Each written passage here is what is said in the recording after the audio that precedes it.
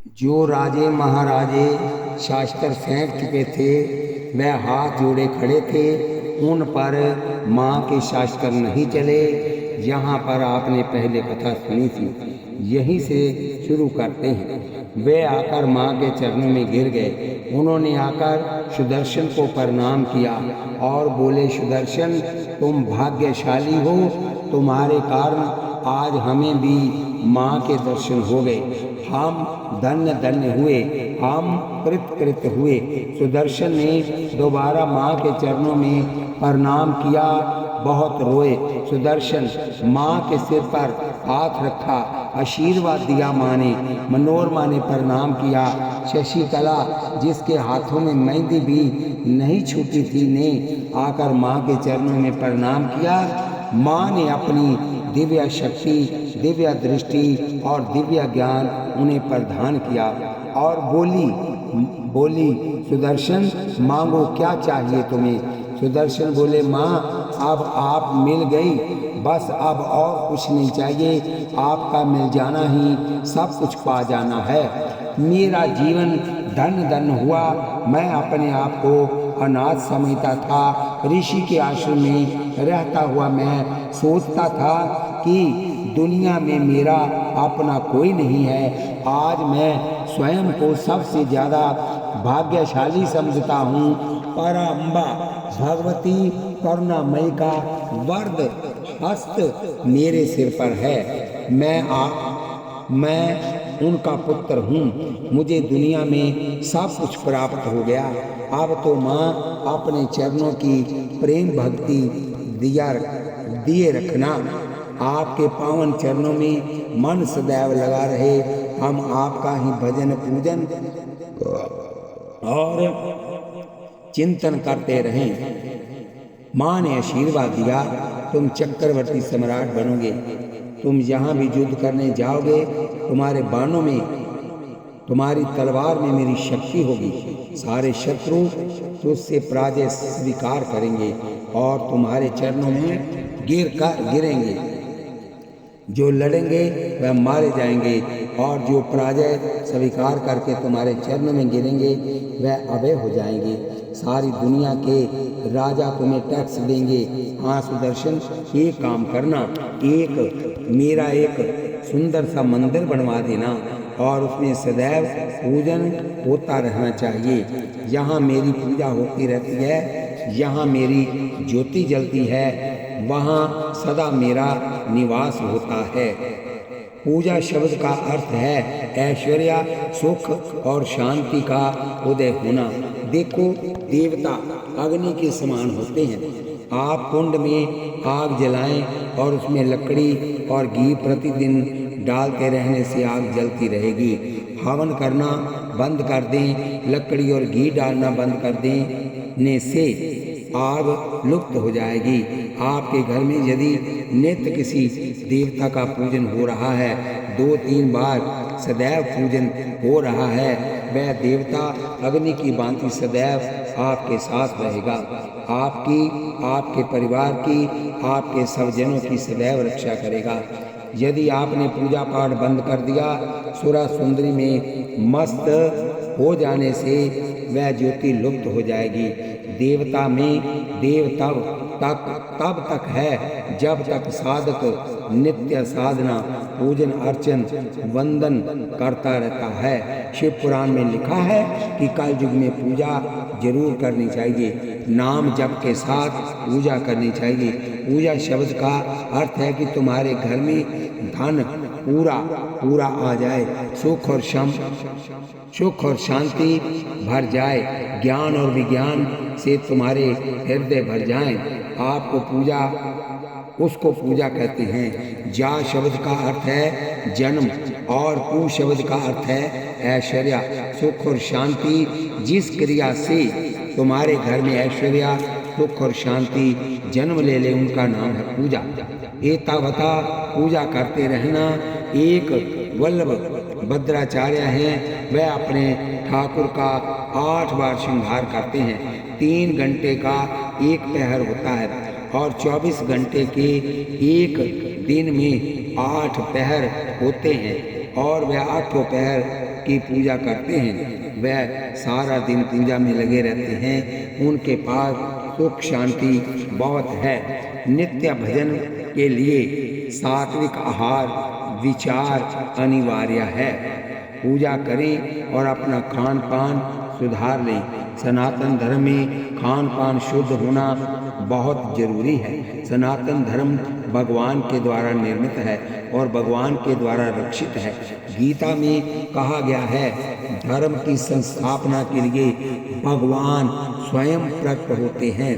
जदा जदा ही धर्मस्य ग्लानिर्भवति भारत अभ्युत्थानम धर्मस्य तदात्मनां सृज्याम्यहं परित्राणाय साधूनां विनाशाय च दुष्कृतां धर्म संस्थापनार्थाय संभवामि जुगे जुगे। भगवान किसी मजहब या पंथ की स्थापना के लिए नहीं आते, धर्म की स्थापना के लिए आते हैं। धर्म उसे कहते हैं जहाँ जीवन का समग्र विद्याएं ध्यान में रखी जाती हैं।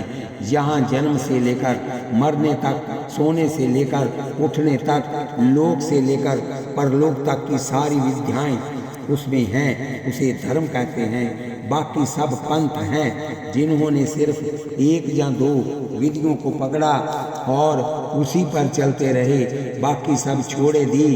क्या कभी भगवान राम ने ऐसा कहा? क्या कभी कृष्ण ने स्वयं ऐसा कहा? एक व्यक्ति सुना रहा है कि कोई सज्जन कह रहे थे कि जब भगवान स्वयं कह रहे हैं कि सर्वधर्मान परित्यज्य मामेकम शरणं व्रज, ये गीता में लिखा है। हमने कहा कि गीता में ये भी लिखा है कि जो देवताओं का पूजन नहीं करते, देवताओं का भोग देवताओं को नहीं देते वह चोर हैं।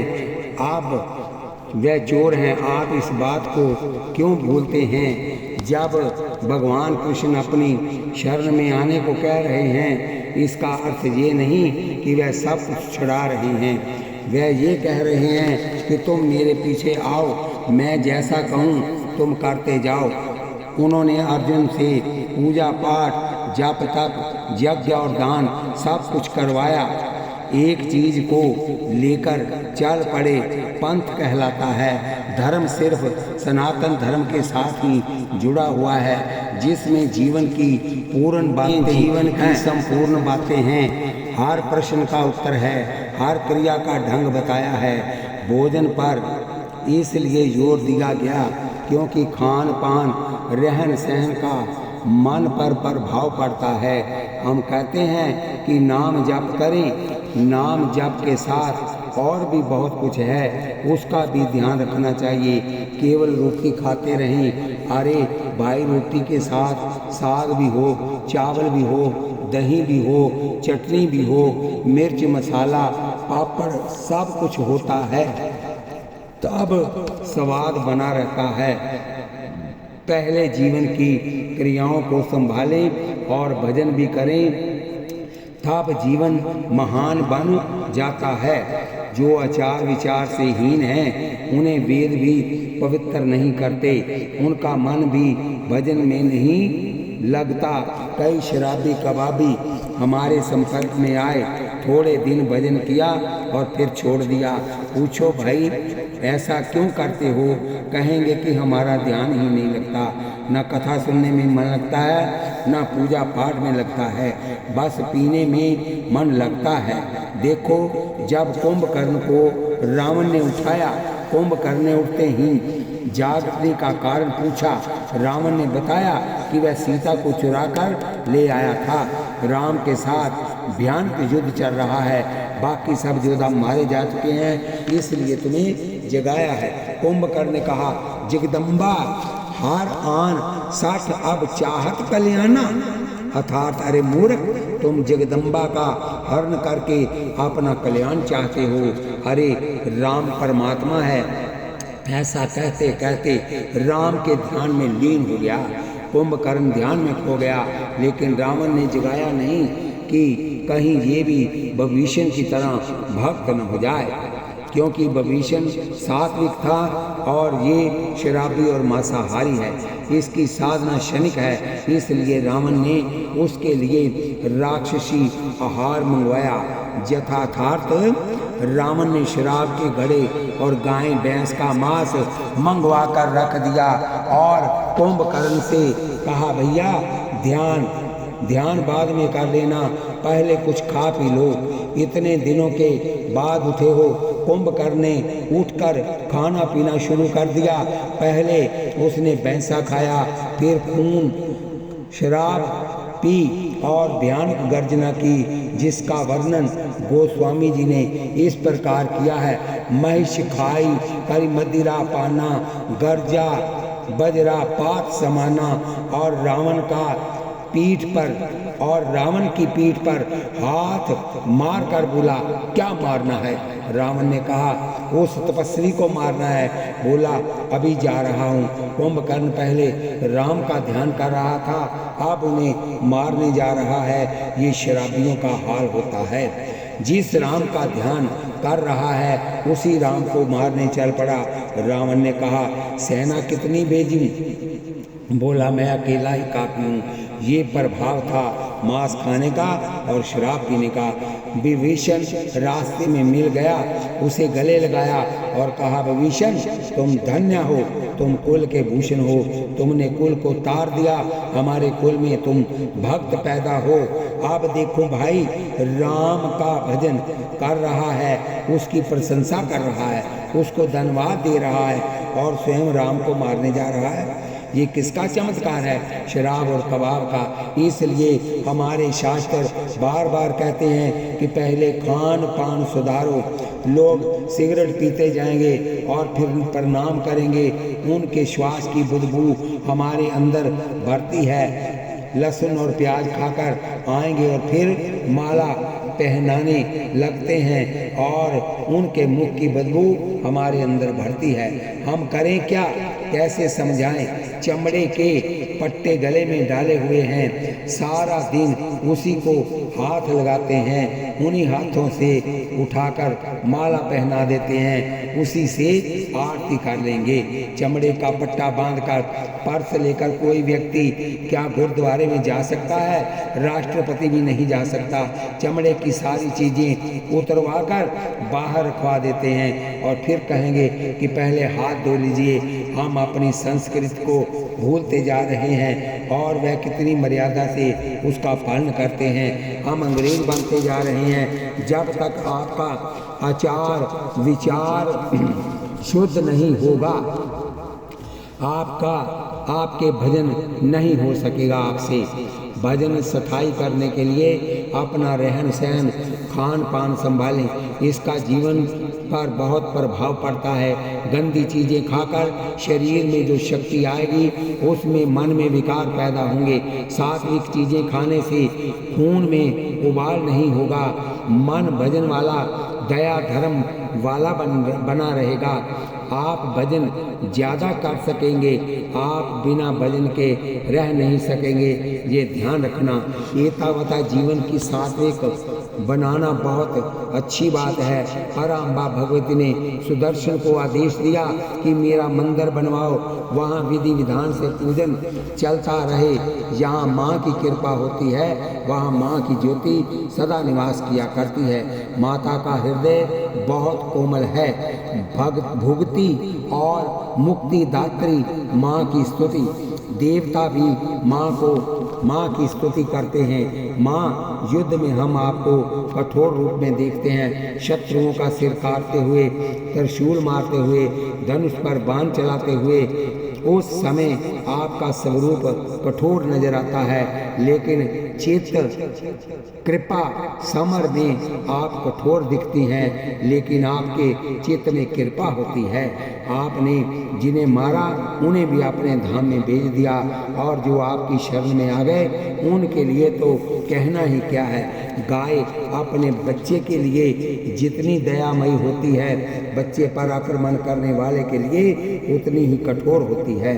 अपने नवजात बच्चे की गंदगी साफ करने के लिए अपने बच्चे को जीभ से साफ करती है, लेकिन उसके बच्चे पर हमला करने पर यदि कोई कुत्ता भेड़िया आ जाए तब सिंहनी बनकर उस पर झपट पड़ती है। वह अपने प्राणों की बाजी लगा देती है, लेकिन बच्चे पर आंच नहीं आने देती। जैसे गाय अपने बच्चे के लिए करुणामयी है और उस पर हमला करने वाले के लिए क्रूर बन जाती है, इसी प्रकार माँ आप करुणामयी और दयामयी है, और जो आपके बच्चों को सताते हैं उनके लिए आप काली बन जाया करती हैं, काल बनकर उन पर टूट पड़ती हैं और उन्हें समाप्त कर देती हैं। वह क्रूरता आपके स्वभाव में नहीं है। जो आपके बच्चों को सताते हैं उनको समाप्त करने के लिए ये क्रूरता है। जैसे नारियल ऊपर से कठोर है, क्योंकि ऊपर से कठोर ना होने से अंदर की गिरी सुरक्षित नहीं रह सकती। जैसे अंदर की गिरी को सुरक्षित रखने के लिए नारियल को ऊपर से कठोर होना पड़ता है, वैसे ही अपने भक्तों की रक्षा के लिए माँ को काली बनकर दुष्टों का संहार भी करना पड़ता है। माँ से डरो नहीं, माँ से भाग्यहीन डरते हैं। जो गलत काम करते हैं वह डरते हैं, जो गलत काम नहीं करेगा वह क्यों डरेगा। माँ के चित्त में सदा दया भरी रहती है। एक बार जरा माँ के चरणों में गिरकर देखें, बेटा कितनी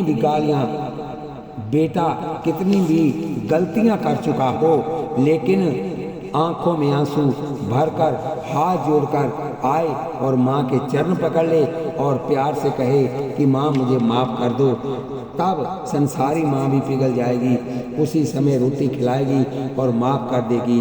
और वह जगत माता करुणामयी है, उसके चरणों में गिरोगे फिर क्या कहने। भगवान शंकराचार्य कहते हैं, वह शंकर जो चिता की भस्म लपेटे रहते हैं, चिता भस्मा लेपा, उनका भोजन क्या है, यह नीलाकंठ भांग धतूरा सब खा जाते हैं। पहनते क्या है, बगंबर या दिगंबर, हाथी का चमड़ा ओढ़ लेते हैं और शेर का चमड़ा पहन लेते हैं, अन्यथा दिगंबर ही बने रहते हैं। नांगा बाबा बनकर घूमते रहते हैं, चिता की भस्म लपेटे जहर खाए और दिगंबर घूमे। दीपक धरो जटाधारी, और उनके सिर पर लंबी लंबी जटाएं हैं और गले में सर्पों की माला है। पशुपति बैल पर सवार हैं, कपाली मनुष्य की खोपड़ी में भिक्षा मांगते हैं और गले में सर्पों की माला और मुंडमाला पहने रहते हैं। कपाली भूतेशा और चारों तरफ से भूत प्रेतों से घिरे रहते हैं, लेकिन उनको दुनिया जगदीश कहती है। लोग उनकी पूजा करते हैं और उनके मंदिर बनवाते हैं। शास्त्र कह रहे हैं क्या कारण है। शंकराचार्य बोले, माँ आपने उनका हाथ पकड़े लिया, अपना हाथ उन्हें दे दिया, इसलिए अमंगल शंकर भी तुम्हारी कृपा से मंगल बन गए। फिर भी जो जीव तुम्हारी शरण में आ जाए उनके लिए तो कहना ही क्या है। शिव शंकर की महानता इसी में है कि उन्होंने भगवती भवानी का हाथ पकड़ लिया। आपके हाथ पकड़ने का चमत्कार है कि अमंगल मंगल हो गया। जो स्वयं सात्विक बनकर आपके चरणों में आ जाए उनका तो कहना ही क्या है। आप जिस पर प्रसन्न हो जाएं उसको मुक्ति दे देती है। जो व्यक्ति धर्म का आचरण करते हैं उनके घर में आप लक्ष्मी बनकर प्रकट हो जाती हो, और जो पाप करते हैं उनके घर में गरीबी बनकर प्रकट हो जाती है। जिन्होंने आपका चिंतन किया उनके अंदर आप बुद्धि बनकर प्रकट हो जाती हैं। जैसे एक ही पावर पंखे में हवा बन गया, ट्यूब लाइट में प्रकाश बन गया और माइक में आकर शब्द बन गया, हीटर में जाकर वही पावर पानी को गर्म करता है और फ्रिज में पानी को ठंडा करता है। पावर एक है, लेकिन जैसा जैसा जंतर लगता जाता है वैसा वैसा कार्य होता जाता है। आपके जीवन में पुण्य का फल लगने से आपके घर में लक्ष्मी बनकर, सौंदर्य बनकर, बुद्धि बनकर माँ आ जाएगी, और पाप ज़्यादा करने से आपके घर में माँ गरीबी बनकर आ जाएगी।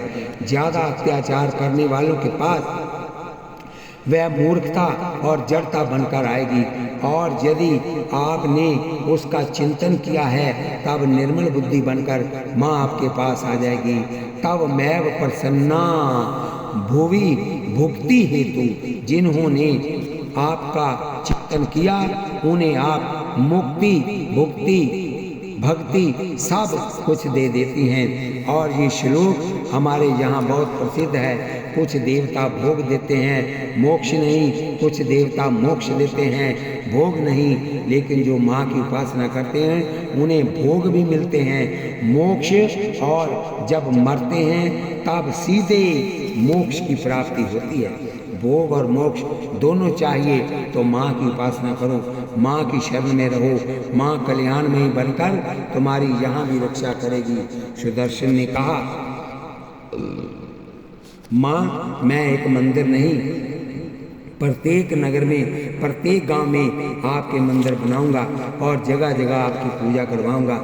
माँ मेरे जीवन का एक ही लक्ष्य है, आपकी आराधना, पूजा अर्चना करोगे तो पाओगे। हरिद्वार में माँ की अष्टधातु की दिव्या परिक्रमा की स्थापना हुई है। उसके लिए किसी ने 1 किलो सोना, किसी ने 11 तोले सोना, किसी ने चांदी देने का संकल्प किया था। आप बेटे बेटी की शादी में बहू और बेटी को कितना कितना सोना देती हैं। जितना कमाया सारा परिवार में लगा दिया। कुछ भगवान के लिए भी तो रख लेना चाहिए। भगवान के लिए कुछ करने का फल तुम्हारे सामने अवश्य आएगा। उनके लिए देने से तुम्हारा भंडार भरा रहेगा। हरिद्वार में दक्षिण भारत के कारीगर आए थे। विचार ऐसा था कि माँ की दिव्य प्रतिमा बने। आप अपना बाथरूम कैसे संवारते हैं, रसोई घर कैसे सजाते हो, शोरूम कैसे सजाते हो, अरे अपना मंदिर भी संभालो। बढ़िया से बढ़िया मंदिर बनवाओ, बढ़िया से बढ़िया विग्रह रखो और पूजा पाठ चलते रहना चाहिए। माँ भंडार भरेगी। बोलिए वृंदावन बिहारी लाल की जय। माँ ने राजा सुबाहु से पूछा, तुम क्या चाहते हो?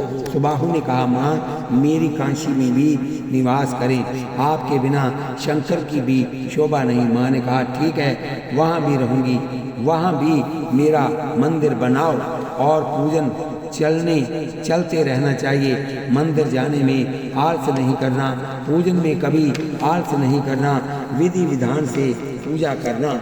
ये माई सच्चियाँ जोता वाली माता तेरी सदाई जय। जब सुदर्शन अयोध्या पहुँचे सभी मंत्री चरणों में गिर गए। सारी प्रजा सुदर्शन के पक्ष में आ गई। सबसे पहले वह लीलावती के पास पहुँचे, जिनके पिता ने सारा षड्यंत्र रचा था। उनके पास जाकर चरणों में सिर रख दिया। माँ मैंने आपके पिता को नहीं मारा, आपके पुत्र को नहीं मारा। जगत जननी पराम्बा भगवती ने ही प्रकट होकर आपके पिता और पुत्र को मारा है। मैं निर्दोष हूँ। माँ ने कर्मों के अनुसार जो ठीक समझा किया वह कर्मों के अनुसार ही फल दिया करती है। मैं आपका पुत्र हूँ। जैसे व्यक्ति को अपनी दोनों आंखों से एक समान प्यार होता है, इसी तरह मेरे लिए जितनी प्रिया माँ मनोरमा है उतनी ही आप हैं। मैं जीवन में कभी भेद नहीं रखूँगा। लीलावती रो पड़ी, सिर पर हाथ रखकर बोली, बेटा ये मेरे पिता का दुष्कर्म है जिसने मुझे इस स्थिति में लाकर खड़ा कर दिया। आज मेरा अपना कोई नहीं रहा। लेकिन सुदर्शन तुम्हें देखकर ऐसा लगता है कि मेरा पुत्र जीवित है। मैं जीवन सुखी हूँ, मेरा जीवन सुखी है। तेरे जैसा बेटा माँ भगवती सबको दे। तू कुल का दीपक बना, उजाला और प्रकाश बना। तूने माँ की आराधना करके सब प्राप्त कर लिया। तेरे सानिध्य में रहकर मैं अनुभव करूंगी कि मेरा पुत्र अभी भी जीवित है। दोनों माताएं राजमाता बनी, सुदर्शन राजा बने। माँ के उपासक राजा बनते ही बनते हैं। शास्त्रों में लिखा है कि जो श्री यंत्र की पूजा करते हैं, षोडशी मंत्र जपते हैं, नवार्ण मंत्र जपते हैं, उनका दोबारा जन्म नहीं होता, और कदाचित दोबारा जन्म हो भी जाए तब वह सम्राट ही बनता है, सारे विश्व का स्वामी बनता है। माँ का पुजारी तथा जो माँ की उपासना हृदय से करता है वह किसी भी काल में मूर्ख नहीं हो सकता। वह किसी जन्म में दरिद्री और संतानहीन नहीं हो सकता। सुदर्शन ने रथ पर बैठकर विजय यात्रा प्रारंभ की। जहाँ जहाँ वह गए उन्हें विजय श्री प्राप्त हुई। शत्रुओं ने बिना युद्ध किए पराजय स्वीकार की, और जो लड़ने आए वह मारे गए। अधीन सत राजाओं ने महाराज से आज्ञा मांगी। उन्होंने कहा, हमारे लिए मंदिर बनवाओ और माँ का पूजन करो। जो माँ का पूजन करेंगे उनके टैक्स कम कर दिए जाएंगे, उनसे बहुत थोड़ा टैक्स लिया जाएगा। भजन पूजन और कीर्तन करते रहना। सुबाहु ने सिंहवानी दुर्गा को काशी में स्थापित किया। यहाँ सदैव पूजन चलता रहता है। वह मंदिर आज भी है जो लाल पत्थरों से बना हुआ है। प्राचीन काल में लोग बहुत मजबूत मंदिर बनवाते थे ताकि वह जल्दी नष्ट न हो। माँ के दरबार में आपकी एक एक ईंट, एक एक पत्थर कीमती है। इस प्रकार माँ की स्थापना के फलस्वरूप सुदर्शन अवध के सम्राट बने। समग्र भोग प्राप्त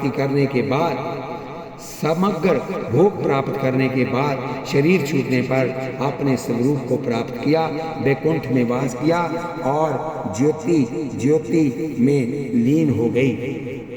नवरात्रि व्रतों से माँ की सहज कृपा प्राप्ति। नवरात्रि व्रत कैसे करना चाहिए इस पर संक्षेप में विचार कर लें। नवरात्रों में माँ का विशेष पहरा होता है। चैत्र और अश्विनी के नवरात्रों में दिन रात प्रातः बराबर होते हैं। दिन और रात का एक समान होना विश्व योग होता है। उन दिनों जो ज़्यादा खाते पीते हैं वह पूरे साल बीमार ही रहते हैं, और जो व्रत करके माँ की आराधना करते हैं वह पूरे साल स्वस्थ रहते हैं। पराम्बा भगवती ने घोषणा पूर्वक कहा है कि जो व्यक्ति शर्त काल में नवरात्रों में मेरा पूजन करेगा और हृदय खोलकर मेरी सेवा करेंगे, मैं सदा उनके साथ रहूंगी। और वह व्यक्ति सर्वा बाधा विनिर मुक्तो, सब बाधाओं से मुक्त रहेगा। धन्य धान्य सुतानंता, उनके घर में किसी चीज की कमी नहीं रहेगी। मनुष्यों मत प्रसादीन, मेरी कृपा से मनुष्यों को सब कुछ मिलेगा। न संशया, उसमें किसी प्रकार का संशय नहीं करना। नात्र संशया, यदि आप भजन पूजन करते हैं लेकिन फिर भी आपके मन में संशय है तब आपको सफलता नहीं मिलेगी, और यदि संशय नहीं है तब कोई कमी नहीं रहेगी। कुछ लोग ऐसे हैं जो भजन छोड़ते नहीं और उनके विश्वास में भी कमी नहीं है। माँ उनके सब भंडार भर देती है और उनके सब काम अपने आप होते रहते हैं। बोलिए वृंदावन बिहारी लाल की जय, बोलिए लाडली लाल की जय। हम हवा हमें दिखाई नहीं देती, ऑक्सीजन हमें दिखाई नहीं देती, लेकिन वह है और इससे जुड़ी हुई है। यदि ऑक्सीजन है तभी हम हैं, ऑक्सीजन ना होने से हम कहाँ रहेंगे। हम हैं इसका मतलब है हम सदा हवा ऑक्सीजन में जुड़े हैं। हवा दिखाई दे या न दे, लेकिन यदि हम हैं मायने वह हवा हमारे साथ है। इसी प्रकार ये संसार है, वृक्ष है, जीव है, प्राणी पदार्थ है। इन सब के होने का अर्थ है कि वह शक्ति सबके साथ जुड़ी हुई है। उस शक्ति से ही सारा काम हो रहा है। नवरात्रि व्रत व्यक्ति को करना ही चाहिए। हो सके तो निराहार व्रत करे। ऐसा भी लोग हैं जो केवल दूध पीकर रह जाते हैं। नहीं रह सकते तो फलाहार करें। फलाहार से भी नुकसान होता है तो शाम को एक समय भोजन करें। यदि आप 9 दिन व्रत नहीं कर सकते, 3 दिन ही व्रत कर लेना से माँ समझ लेगी कि मेरी बेटी ने, मेरे बेटे ने 9 दिन व्रत किया और वही फल आपको दे देगी। 9 दिन करें फिर कहना ही क्या है। माँ के तो ऐसे भक्त देखे हैं कि चौकड़ी मारकर बैठ गए, चौकड़ी में घास बिछाकर मिट्टी डाली और उसमें जौ बीज देते हैं और खेतरी 9 दिन उनकी गोद में है और वह बैठे हैं। ये भी एक चमत्कार है। चिंतपूर्णी मंदिर के एक शिष्य पुजारी ने सुनाया कि एक व्यक्ति ने यहाँ आकर सुबह 8 बजे जीभ काट कर चढ़ा दी और वहाँ खूब भीड़ इकट्ठी हो गई। भेंटें चल रही हैं, कीर्तन हो रहा है और शाम को 4 बजे उस व्यक्ति पर माँ की पवन आई और पीठ पर थपड़ा दिया और कहा, बोले जय माता दी, जय माता दी। और वह भक्त बोलने लगा जय माता दी, जय माता दी। जीभ उसकी ज्यों की त्यों आ गई और उसका सारा पंडाल माँ की जय जयकार से गूंज उठा। लेकिन कोई व्यक्ति पढ़कर ऐसा करने का साहस न करे, क्योंकि ये अत्यंत श्रद्धा का विषय है। हमें ये बात हमारे शिष्यों ने सुनाई है, इसलिए वह हमसे झूठ बोलेंगे ऐसा नहीं माना जा सकता। और एक नहीं अनेक शिष्यों ने बताया कि ऐसा हुआ था। ध्यानु भक्त की कथा आपने सुनी ही है। उन्होंने अपना सिर काटकर माँ को चढ़ाया और माँ ने उसे जोड़ दिया। राजा अकबर ने परीक्षा लिए घोड़े का सिर काटा और ध्यानु की हार्दिक प्रार्थना पर उसे जोड़ दिया।